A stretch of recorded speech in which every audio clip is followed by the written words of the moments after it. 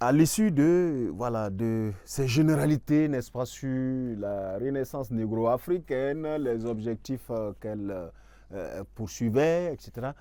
Et vous allez remarquer qu'il n'y a que par les noms, vous ne vous sentez même pas dans le décor africain noir comme les nôtres.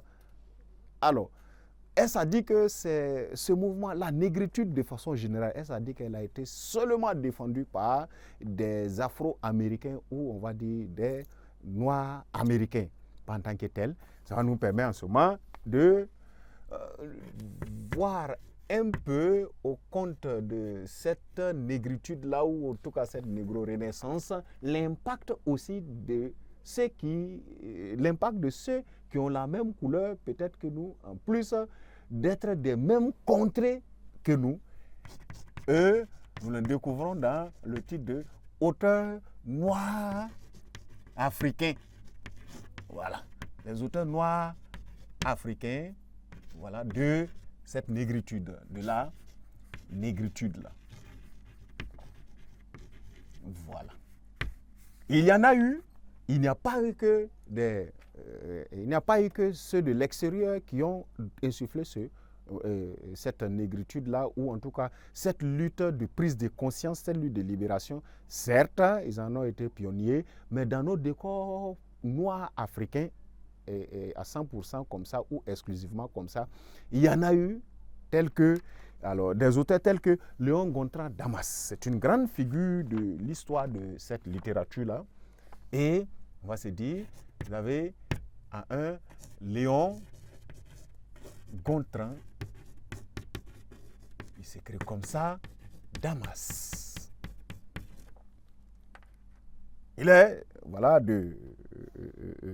il est quelqu'un qui a connu d'abord, si vous voulez, le sort du noir, qui a eu le privilège de frotter beaucoup, d'accord, l'homme blanc. Et il fait même partie de ceux qui sont admis à l'Académie française, voilà,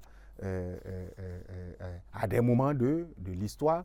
Ils ont connu cette langue-là, ils l'ont assez comprise, de sorte qu'ils ont eu le privilège d'avoir accès à ces hautes instances de pratique ou en tout cas de régulation. Et cela dit, Léon Gontran Damas, vous allez vous rendre compte que, tiens, ces publications sont beaucoup de poèmes. Voilà. Ces publications sont beaucoup poétiques. Et cela n'empêche que c'est quelqu'un peut-être qui s'est essayé aussi également dans d'autres genres tels que le conte. Il a écrit le conte aussi, d'accord, dans le registre du conte. Mais le plus souvent, on l'a connu sous l'étiquette de l'écriture poétique. Et pour cela, ses objectifs étaient précis. Tout ce qui est assigné à l'homme de lettres, au littéraire, voilà, ses écrits allaient dans ce sens. Libérer, voilà, l'humanité, plus de tolérance dans l'humanité, moins de barbarie, d'exclusion, de stigmatisation, etc. Tout cela se retrouve dans son chef-d'œuvre composé, d'accord, de pigments. Le premier élément, voilà, vous avez Pigments qu'il écrit en 1937. Voilà, en 1937. Quand vous regardez pigment, il y a le radical de pigment dedans, dans le mot pigment, dépigmentation. D'accord?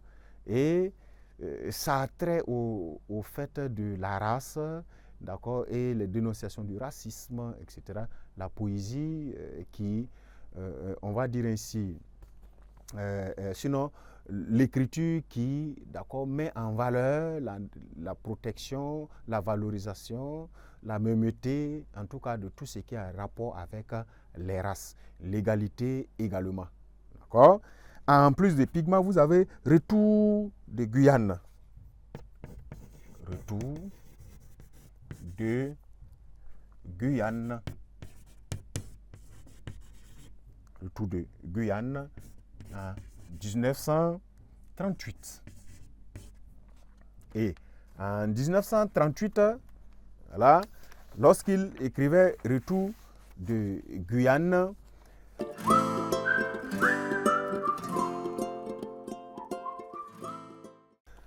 Il faisait 3 ans après ou 4 ans après un recueil de contes intitulé Veillées noires. Les Veillées noires. D'accord, qui est en 1943. Alors, ici, ce sont, si vous voulez, des recueils de contes de chez lui. D'accord, des contes du terroir qu'il compilait ainsi pour pouvoir constituer le présent ouvrage, en plus de bien d'autres, tels que un ouvrage tel que Groufi ou Groufiti, etc. Voilà. Léon Gontran Damas a été un pionnier de la littérature négro-africaine dans les contrées nègres africains. Pour dire que le noir africain, originaire du continent africain, il y en a eu, d'accord, assez. Même quand vous prenez William Dubois, par exemple, il a fait tout son parcours, tout son combat, certes aux États-Unis, mais il est d'origine ghanéenne, par exemple. D'accord. Mais en plus de Léon Gontran Damas, on n'oubliera pas de faire figurer une autre grande figure telle que Aimé Césaire. Vous voyez, Aimé Césaire, d'accord, qui est originaire de la Martinique.